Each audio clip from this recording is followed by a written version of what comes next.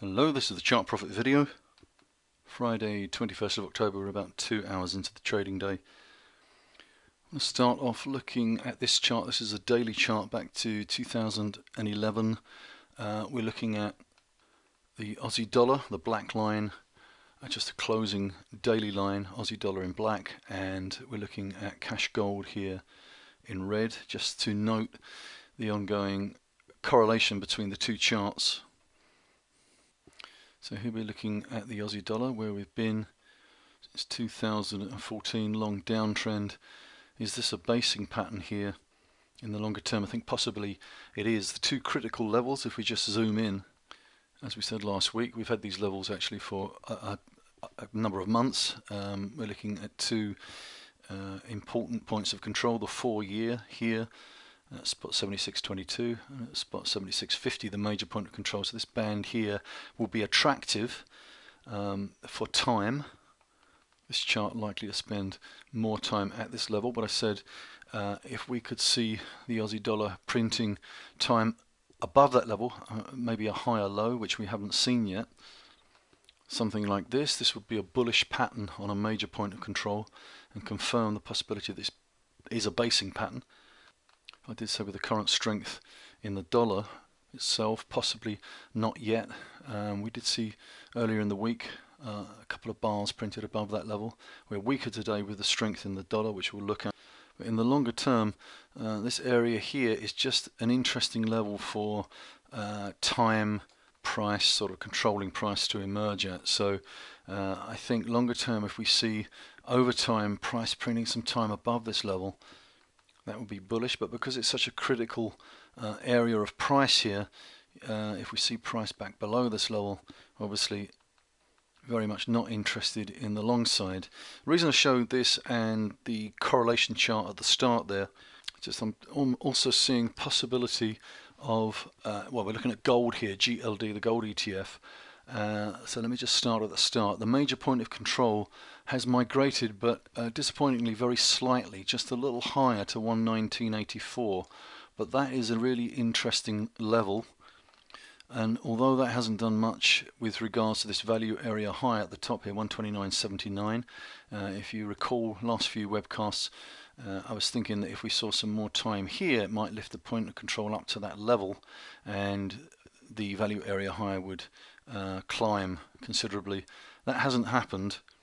Nevertheless, on two highly correlated charts on gold and the Australian dollar, I'm just seeing these controlling prices moving into really interesting positions, and I think there's a directional move on both charts kind of brewing for the future. Could be a long-term directional move of some significance. This is early days. We're very close to these levels, and as a price back below here would put it immediately in a really weak position. But for instance, on this chart, if gold can hold 119.84 or dip below it, recover it, maybe we'll see a higher low up here somewhere. We'll see some technical buy signals going on. I think that these two just really interesting situation. That's why I showed them first in the video here. Okay, back to the stock market. We're looking at the E-mini S&P from today's open. I've said straight off today there's a lack of directional commitment right now. We've seen no green or red, no significant buying or selling for 19 days. We've seen a little bit of ranging over the last few days, with a minor point of control emerging at 21.33 here. The most significant thing that's happened over the last few days, though, if we look at the half range of the August high, it comes in here at 21.42.25. We've been talking about this for, well, way before this chart, and there's been two attempts here previously at this level, and the chart has been rejected here, and it's just a little concerning. It's a weak pattern. Price back above 21.42.25 would put the E-mini in a much stronger price location, and as I've said today and previously, unless it does that, it remains in a weak price location at current levels. I'm not looking at the long side until that happens. So we're looking here at the live chart of the E-mini S&P. This is 30-minute chart. Here's that 21.42.50. We've just seen these two levels on the profile. There's the rejection. There's a minor 14-day point of control here, 21.33, currently printing below that. There's nothing that kind of excites me about the long side of this chart currently. And if we look here on the breadth chart through Thursday for the New York, these two indicators at the bottom are not strong enough currently. We have specific levels. I don't consider these supportive. Therefore, on the breadth chart, we have this red line in the middle for breadth, red being kind of negative, not supportive, and at the bottom here, obviously the price oscillator, the momentum of the chart is below zero, indicating the minor trend is down, and momentum is down. So this is not so hot here. We have the major time support on the spider, which we're looking at the top at 209.90, and that's the critical level. Price below here with all this red would look pretty poor and weak. Currently we're holding that level, and we've been ranging, as you can see here, for quite a while. This could just be toing and froing, a lack of directional bias ahead of the big event next month. So here's the spider, current chart. Here's the major I just showed you here, 209.90. The 10-month is a little higher, that's resistance on this chart, and we're printing almost exactly in the middle of that range at the moment. This is IWM, a key chart we've been monitoring. This 10-month point of control at 122.65, which supported the market here for a few weeks. Sorry, for just a couple of weeks. We've broken below that, so this I think is weak price location in the longer term for the Russell, and you need to see it recover back above that level to put it in a strong position. So this key chart in a weak position, but the other chart here, the Qs, another chart that we follow, actually in a strong position above 117.25, which is its 1 year.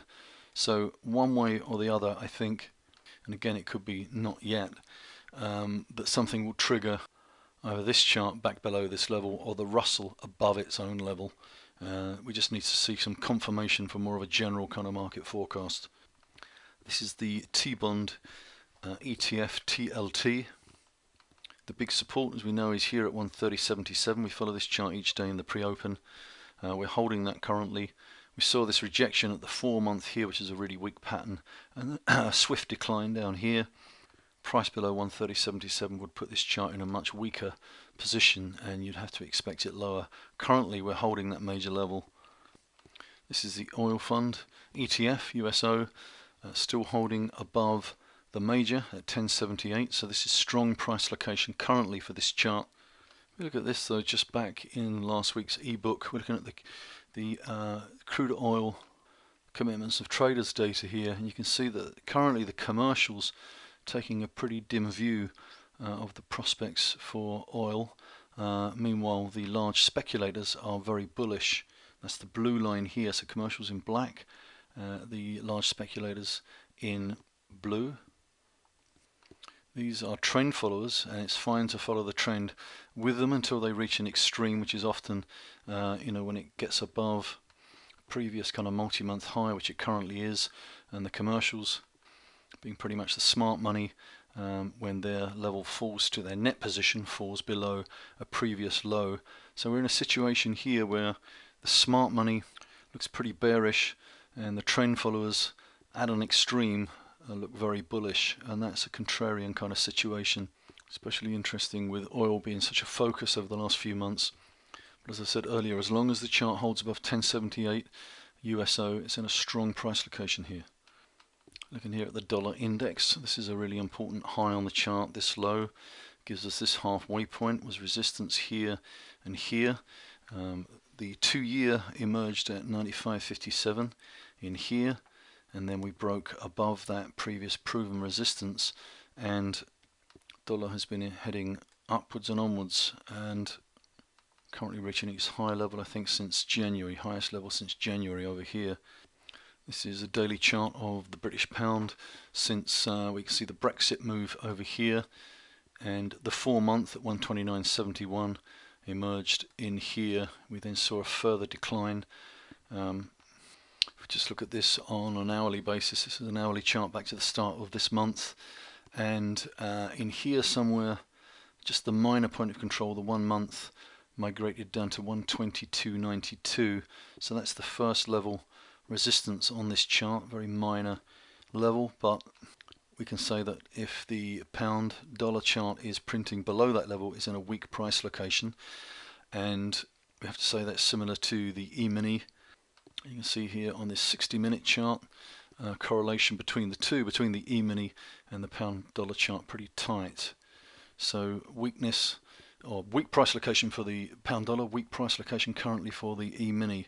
There needs to be some improvement on both those charts for me to look at the long side. I think they're currently looking a little worrying, especially as we looked at the breadth chart, sorry, the pulse chart earlier, which didn't look too healthy right now.